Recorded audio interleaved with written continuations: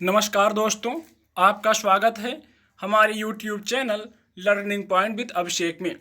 यहाँ आपको मिलता है प्रतिदिन शॉर्ट हैंड डिक्टेशन। 90 शब्द प्रति मिनट डिक्टेशन स्टार्ट। राज्यसभा में रक्षा मंत्री ने भारत का पक्ष जिस तरह से पेश किया उसकी सराहना होनी चाहिए। पड़ोसी देश के प्रति जहाँ दृढ़ता का स्वर स्वाभाविक था, वहीं ऐसे समय में भी सुधार के प्रति संवेदना साफ तौर पर सामने आई। तानाशाह पड़ोसी की मनमानियों के बावजूद भारतीय रक्षा मंत्री का बयान देश के बड़प्पन को ही जाहिर करता है। जहां स्वयं न झुकने की बात हुई, वहीं यह भी कह दिया गया कि हम दूसरे का मस्तक भी नहीं झुकाना चाहते। किसी भी पड़ोसी देश की संप्रभुता का इससे ज़्यादा सम्मान नहीं हो सकता। ऐसे समय में भी हम जिस तरह की शालीनता, संयम और समझदारी का परिचय दे रहे हैं, दुनिया देख रही है। चीन का लहजा सामने कुछ होता है या पीठ पीछे कुछ और। वह वार्ता में सहमति बनाने की बात करता है, लेकिन जमीन पर उग्रता बढ़ाने में कोई कसर नहीं छोड़ता। चीन के पूरे संदर्भ में रक्षा मंत्री का बयान एक लोकतांत्रिक और संतुलित देश की ओर से दिया गया माकूल जवाब है। ऐसे बयान की उम्मीद शायद चीन को भी नहीं होगी। उसे खास तौर पर अपनी कथनी और करनी के अंतर को दूर करने की कोशिश जरूर करनी चाहिए। पूरी दुनिया चीन का व्यवहार देख रही है। वह अपनी हरकतों से कतई वह आभास नहीं कराता कि यह संयुक्त राष्ट्र सुरक्षा परिषद में अस्थायी सदस्यता वाला जिम्मेदार देश है। गुरुवार को राज्यसभा में रक्षा मंत्री का बयान जितना महत्वपूर्ण था, उससे कहीं ज़्यादा जरूरी था राज्यसभा के सभापति एम वेंकैया नायडू का सुझाव। भारत चीन संदर्भ में कुछ नेता अतिरिक्त प्रश्न पूछना चाहते थे।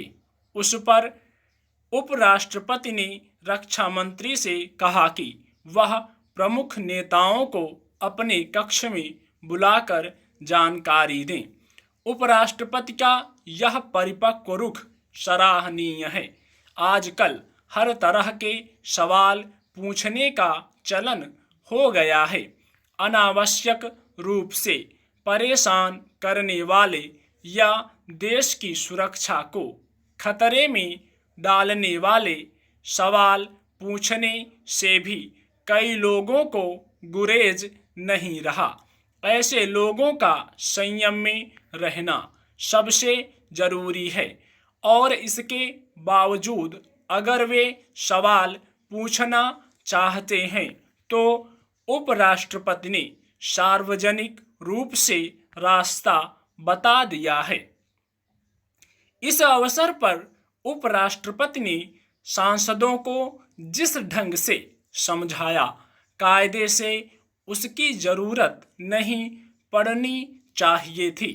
उन्होंने याद दिलाया कि यह एक संवेदनशील मुद्दा है और सेना सीमा पर खड़ी है। अंतर्राष्ट्रीय स्तर पर दुष्प्रचार चल रहा है कि भारत में इस मुद्दे पर मतभेद है।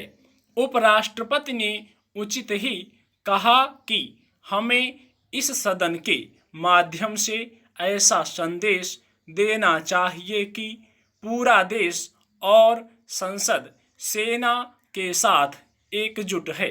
उन्होंने यह भी कहा कि भारत की परंपरा और संस्कृति वसुधैव कुटुंबकम और सर्वे जना सुखिना भवन्तु पर आधारित रही है। हजारों साल के इतिहास में हमने कभी किसी देश पर हमला नहीं किया है। उपराष्ट्रपति के ऐसे निवेदन भाषण से माहौल बदल गया। विपक्षी नेता भी देश की एकता और अखंडता की दुहाई देने लगे। राज्यसभा में नेता प्रतिपक्ष गुलाम नबी आज़ाद ने तो यहाँ तक कह दिया कि उनकी पार्टी चीन के साथ विवाद सुलझाने के मुद्दे पर पूरी तरह से सरकार के साथ खड़ी है। राज्यसभा ने देश की राजनीतिक विधायी एकजुटता का जो संदेश दिया है, उसी की रोशनी में हमें आगे बढ़ने की ज़रूरत है। तभी हम जल्द से जल्द किसी समाधान तक पहुंच पाएंगे। स्टॉप।